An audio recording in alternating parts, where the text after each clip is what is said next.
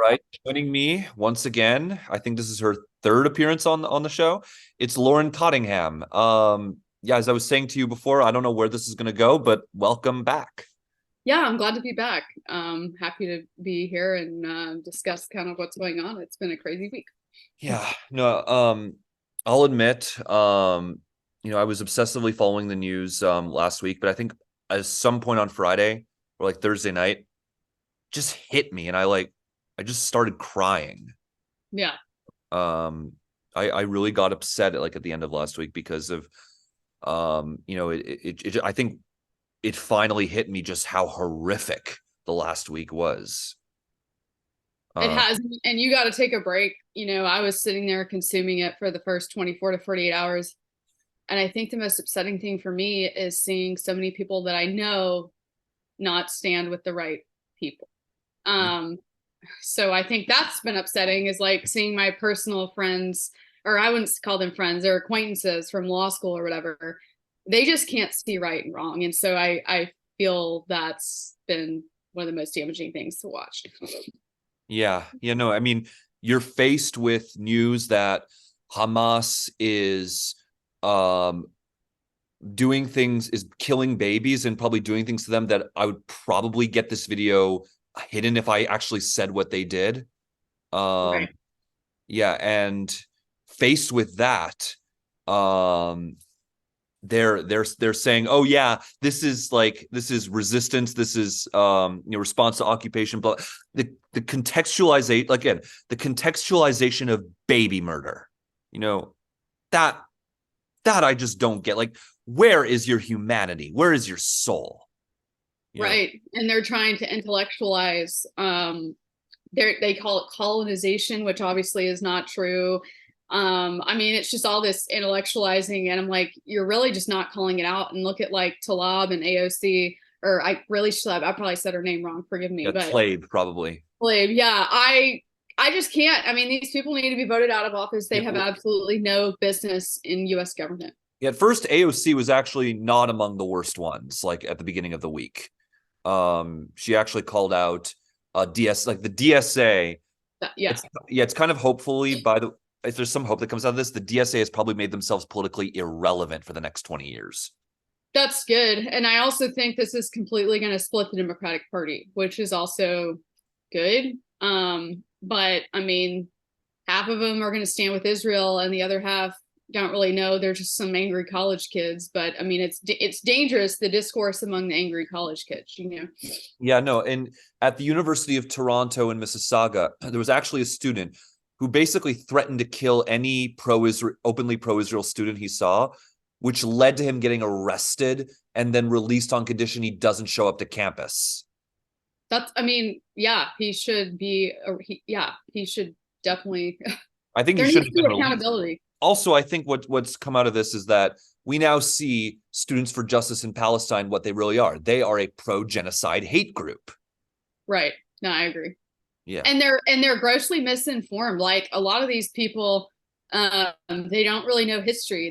They don't know that Palestine has been offered multiple deals in the past. They don't know the history of the land. They don't think it belongs to Israel. And I'm just kind of like, if you're Jewish or Christian, this is a very clear cut issue.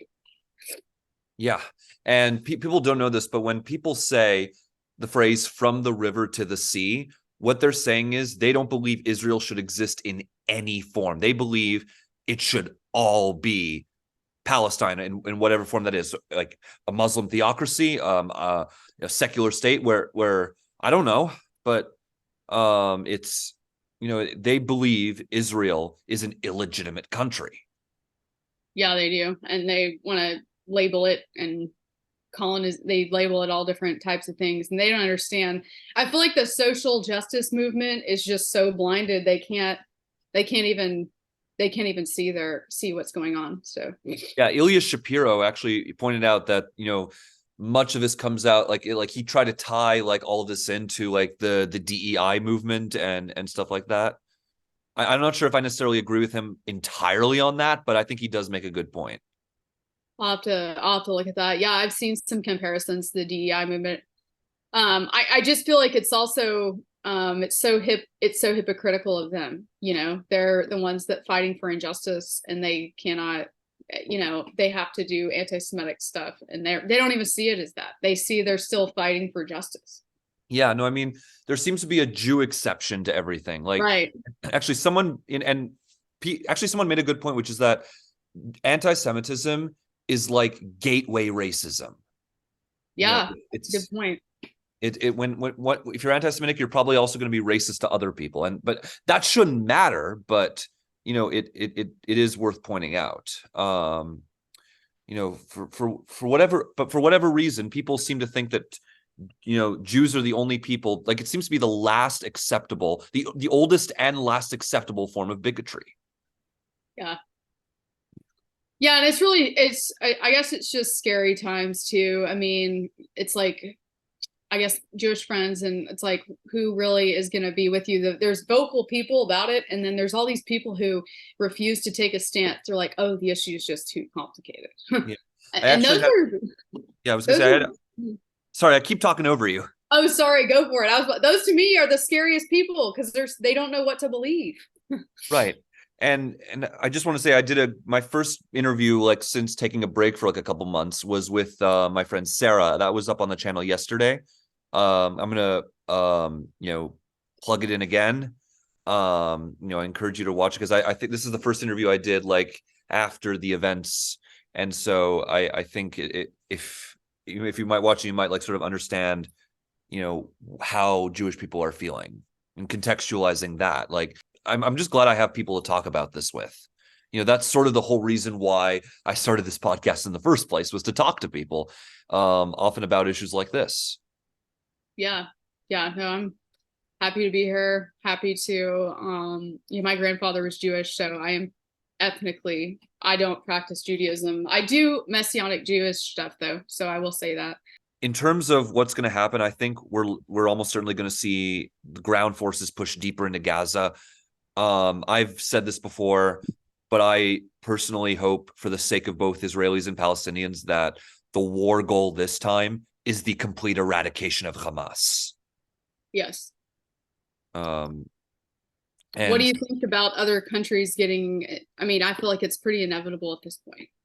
But I think there's a real good. I mean, the person I was interviewing last night, he seemed to be skeptical that the North was going to really heat up, because it's possible that Russia or Iran might have a tight lid on Syria, because if Syria or particularly Syria gets involved, the whole Middle East is going to blow up.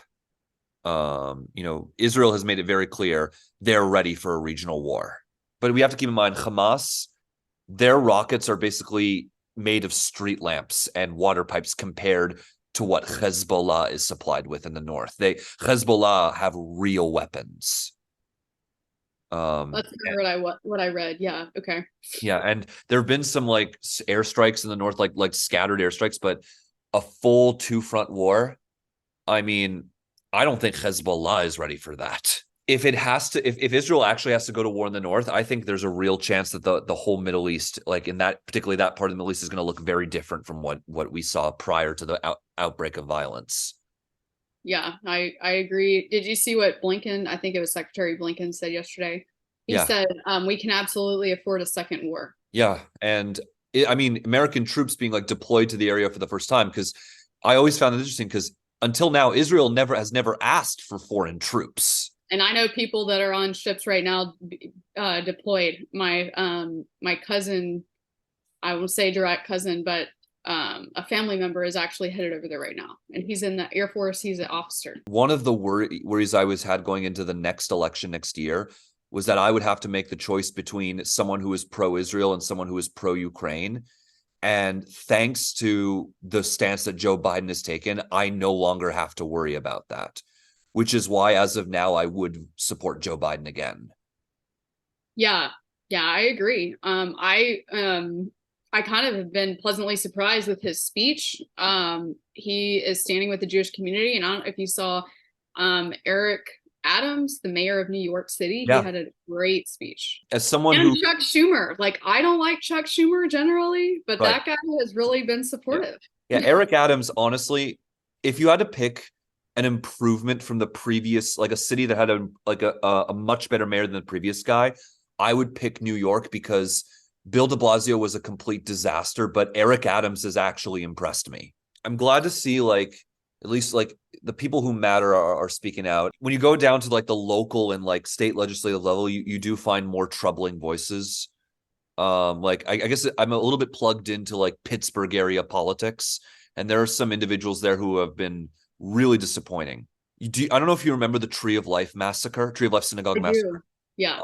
The synagogue is actually located in the congressional district of someone who refused to vote for a piece of a resolution supporting Israel and who has co-sponsored a resolution calling for a ceasefire. With that resolution, by the way, notably does not call for the release of hostages. Is that what's his face? I can see. I'm trying to think of his name. It's a It's dude. actually not who you're thinking of. It's Summer Oh, Lee. oh, okay. Jamal Bowman is from New York. That's who I was thinking. Okay, Summer Lee is from Pittsburgh. interesting. And there's like what 11 names on that list who refused to get on the resolution. Yeah, That 10, I think, but yeah. On the whole, I think like again to see like, but on the whole, the most of the Congressional Progressive Caucus is supportive of Israel, which is something I would not have expected. But like again, there's the squad is still digging in. yeah. When you say progressive caucus, that's not the squad, right? Or I think That's broader than that. Yeah. okay, okay, that's what I thought. Okay. Still, there are some disappointing names on the people who are refusing or still digging in. I think this is could be a turning point for the Jewish community and like where they vote, you know. Yeah, I mean, someone who I had on the show earlier was worried that Joe Biden might end up being the last Democratic pro-Israel president. Oh my gosh. The truth is, I'm not as worried about that because for Mhm. all the talk of these, white far leftists, the Right. base of the Democratic Party are non-white moderates. Right. And it's also there's more people in the Jewish community on the left than the right, but they're not like they're left and they're capitalists and they're moderate. Yeah. So I mean, the truth is like based on that fact alone, I'm a little bit optimistic. I am too. I am too. I mean, I think, I saw a poll yesterday. I think it was a CNN poll and then also a Wall Street Journal post or poll. But the CNN poll, it said 80% of Americans back Israel and backed Israel defending themselves, and it's really only 20%. And if you really break down those 20%, it's just a really loud, Yeah. outspoken college crowd.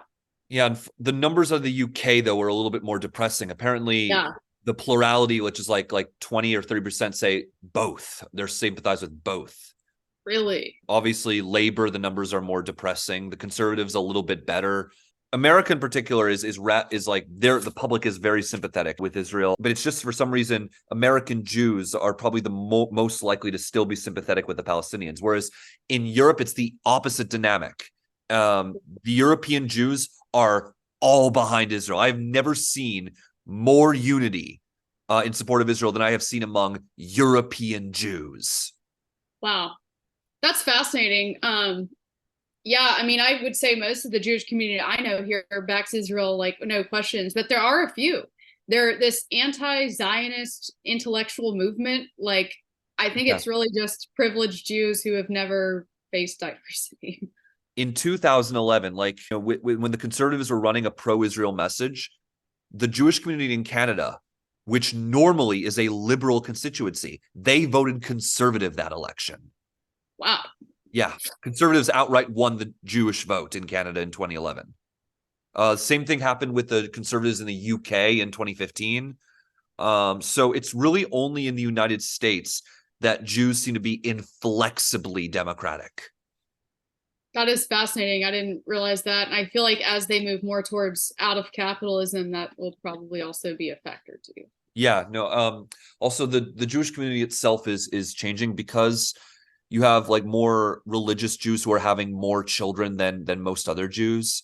That's Oh, okay. eventually going to have some effect on the political leanings of the Jewish community as a whole, because the Jews who tend to be more conservative or more religious tend to have more children. Okay. Yeah, that makes sense. Yeah, so I'm going to be fascinated to see what effect that's going to have going forward. The full effect probably won't be felt maybe until after I'm gone. Like, I'm pretty young, but I think this is going to be a very long-term change. Yeah, like the millennials' children. Yeah. Yeah, that makes sense. I think it's been said that there are decades where nothing happens, and then there's weeks where decades happen. That's a really good saying. I've never heard that. Yeah, I'm probably butchering the exact quote, but I think I heard it somewhere. But feels like that's what this week was felt like.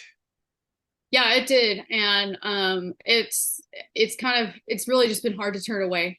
And I feel like there's a lot of people just going about with their daily lives. And I can't do that. Like I feel too, yeah, connected to the issue. And I know it's bad for my mental health to sit here on social media all day, but Yeah, I definitely would advise taking a break at some point.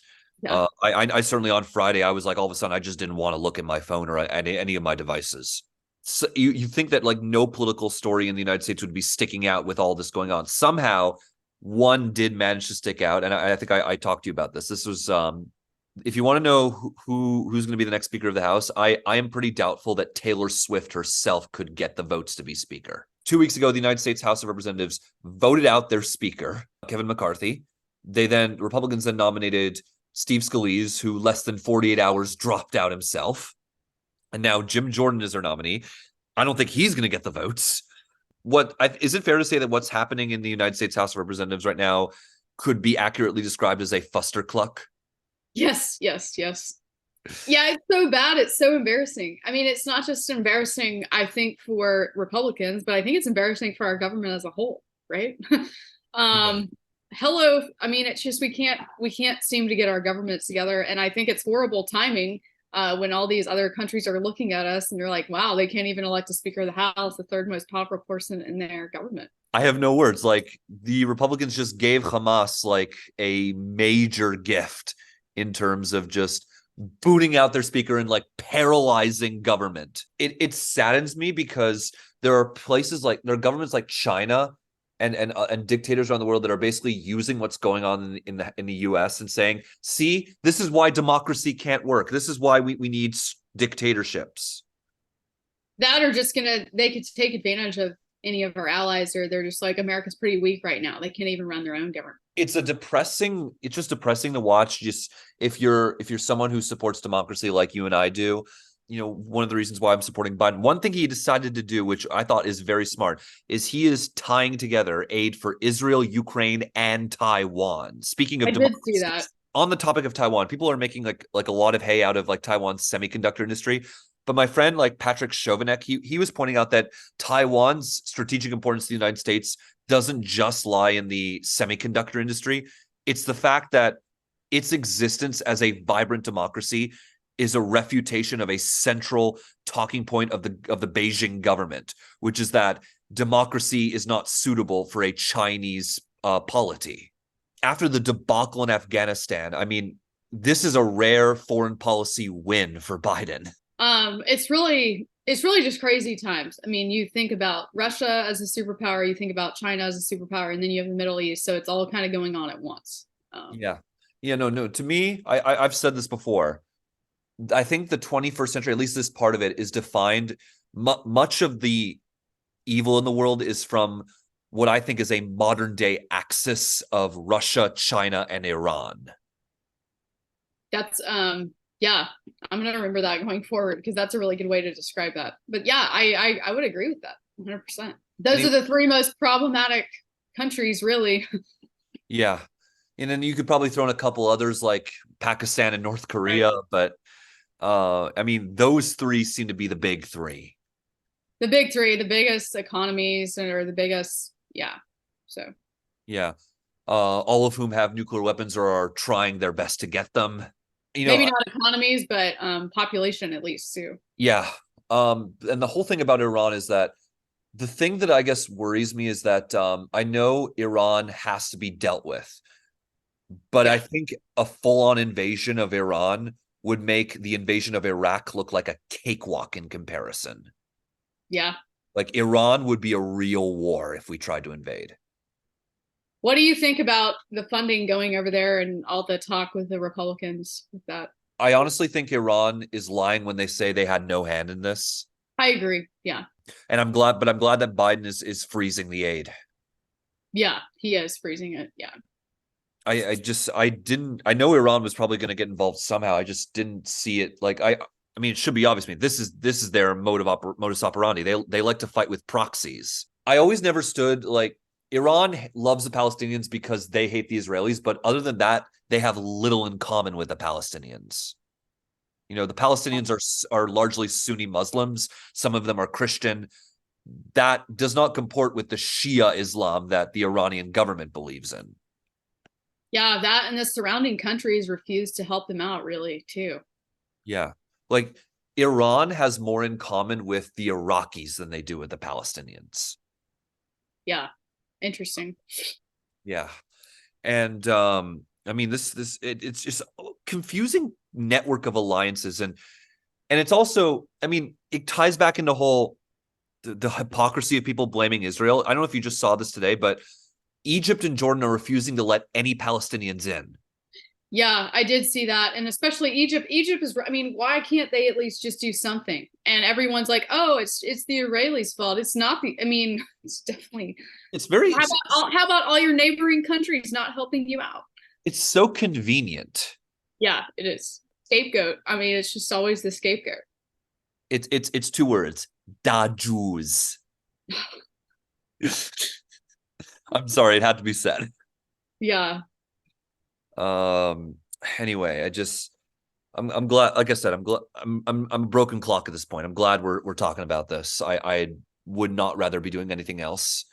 Um I there was some elections that took place over the weekend. And like I said, there were 5 for 5 in terms of good results. New Zealand, the right of center Nationals came to power, defeating the left of center Labour. That was a good result. In Australia, there was a referendum. It was this divisive referendum that would have it was called the Indigenous Voice referendum that would have given this a body that would have sort of had this say in like all policy that would exclusively have been represented by indigenous people, which I think there are moral issues with such a system. Like especially when it's almost apartheid like when you think about it. And so that went down to defeat. And which is I think was a good result. I think if you want to like as my guest yesterday said, if you want to address the issues of indigenous Australians, then address them. You don't need this whole separate body. On Saturday night as well, there was election in Louisiana. Republicans actually had a good night. I saw that. Yes. They elected a Republican governor. Yep, Yeah. that's a flip. That is a flip for the Republicans because yeah, Louisiana had a Democratic governor for the past 8 years who was popular. So this I think there's going to be more conservative legislation that's going to be passed next year. Like I actually found out recently, Louisiana does not have permitless carry, so I expect that'll pass next year. Yeah, I didn't realize they didn't have that. Yeah, everywhere around there, they have it. yeah. So I expect that'll pass. By the way, fun fact: do you know what was the first state ever to have permitless carry? Was it Tennessee? No, it was Vermont. Vermont? Yeah. No way, huh? Yeah, Vermont was for a long time the most pro-gun state in the country. Wow. Yeah, and in fact, I think until about 10 or 15 years ago, even Bernie Sanders had a very pro-gun voting record. Interesting. I had no idea. Because Bernie Sanders has never been a Democrat, so he's never followed that party line. Yeah, he was like an independent for a little bit. Now he's DSA. He hasn't announced his plans. I hope he retires next year. Yeah, he's getting up there in age. Yeah, he's like in his 80s now. If he runs all on, I honestly will be surprised if he runs. Like I think he's done. I think his movement has come and gone. I hope so. I mean, enough of that movement. On Sunday, there was an election in Poland. The Polish government until now, I think for 8 years was like more, populist right. The biggest issue I took with them was that they passed legislation that restricted the way that Holocaust museums could talk about the Holocaust because I think among the Polish people there's like they don't want to admit that they had a role in it. I actually went to the Auschwitz Museum before they came to power, so I kind of got to hear a more uncensored story. But unlike, I think, the populist right in Hungary, which was pro-Russian, the populist right in Poland has never been pro-Russian. In fact, when the war broke out in Ukraine, like before that, Poland and Hungary were natural allies, but they had that split over the Ukraine. But I think the new government, the opposition that just got elected, I think they're center left. They're, I think, going to be more pro-Ukrainian. Yeah, I think on the whole, I think it's a good result there. And then finally, Ecuador. There was an election between a centrist and the far leftist candidate who I think was definitely in Russia's pocket. And by a 52 to 48 margin, the centrist won. Well, that's way better than the alternative. Coming up, I think there's going to be there's an election in Argentina. The left in Argentina has been governing it for a while, but they are now very unpopular. They've tried to strike this deal with China to get them into the Belt and Road Initiative. I'm hopeful that the next, if the whoever gets elected is going to tear that deal up. Speaking about Poland, when I was in Spain, I was staying at a friend's place over there, my family friend, but he had a couple of like basically college kids living there and working for him. And one of them was a girl from Poland. And so I talked to her a little bit about what it was like in Poland, and we kind of talked about the political dynamics. But one interesting thing that I will not forget, she said that their government keeps on getting polarized, just like ours. And Yeah. She said that's kind of just happening all over Europe and all over, it's not just the US. So I figured that was happening, but it was really interesting, I guess, to get her perspective on that. Yeah. A fun little story. When I was in New Jersey, I had a Uber driver who was he was born in communist Poland, and I think he immigrated like right around the time the Iron Curtain fell. Oh my gosh. He he is pro-Trump. And although I've often taken issue, like obviously I'm not pro-Trump, but like I kind of understand where his perspective comes from. Yeah. Particularly as someone who escaped communism. Yeah. I'll always have that understanding. Yeah, yeah. I have some friends, some other family friends. My parents went to Russia several times on mission trips. Anyways, their Russian friends that had also escaped communism over there they have similar political views, and they're just like, we'll never go back. So they completely flipped to the far right. But it's just fascinating to hear their stories and kind of where they are coming from. Yeah, honestly, it's actually been pointed out that in places where communism was the law, after the fall, many of them struggle to transition to democracy. There seems to be like a poisoning of the soil, as it were. Like, Yeah. this happened in in Nicaragua.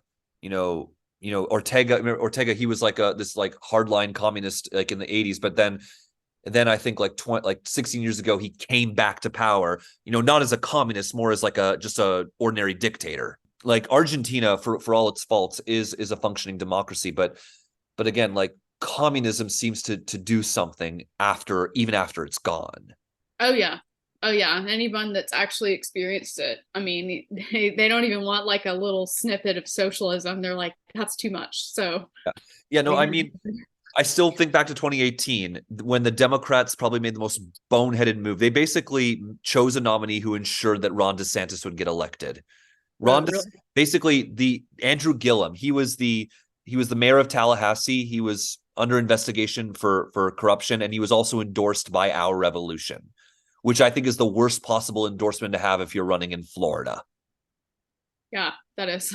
Wow. There was this other more moderate candidate who was running, and if she were the nominee, no doubt in my mind, Ron DeSantis would not be governor today. That's interesting. I didn't know that. Yeah. Ron DeSantis owes his current political relevance, for whatever that has become worth, to the fact that Democrats screwed up their nomination in 2018.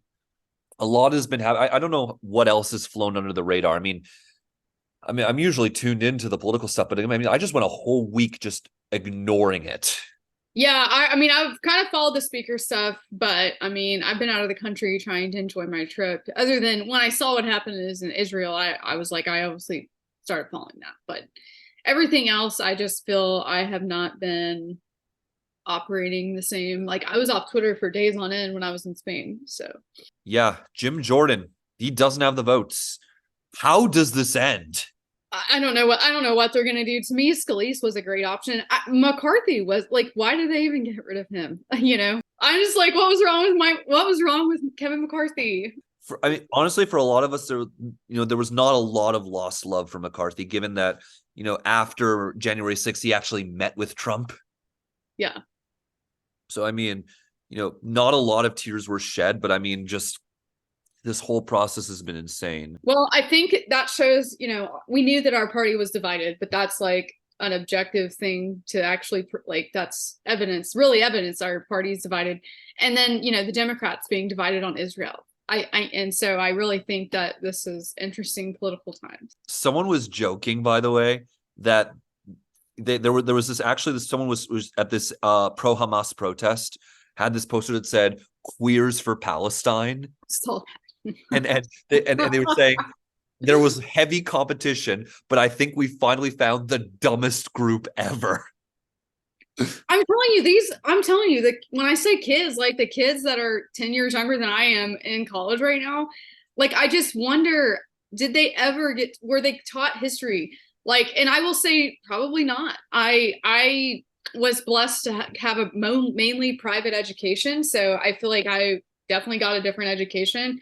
But these kids coming out of especially schools in the South here in the US, yeah, I mean, they don't know anything. And so I'm just like, how? Forget math. These people don't seem to know basic right from wrong. Geography, basic history of geography. Yeah, exactly. To equate queers for Palestine, like that's the most oxymoronic statement you could make. And yeah. I'm just like, are you serious? The funny thing is that a lot of the people who are defending Hamas, they go to Gaza, they will not last more than 10 minutes there. Oh, yeah. No, 100%. I mean, they're the same people over here that are like, oh, pro-LGBT rights and stuff. And yeah, right. They're not going to last 5 minutes. Or I'm a feminist. Yeah, great. Go to Gaza and see how that works out. Right. Or my personal favorite, Mia Khalifa, who's like this adult entertainer. She basically said the only thing wrong was that the Hamas terrorists were not holding their phones sideways so they could get more of footage of the people they were killing. Yeah, no, horrific. And Playboy fired her, which led me to make the statement that right now the porn industry is demonstrating more moral integrity than academia. That is crazy. That is just crazy. But I agree. No, academia is where we're breeding these crazy ideas. And so I don't have anything good to say about academia, and especially the Ivy Leagues. Like, did you see the billionaire? Let's see, I just forgot his name.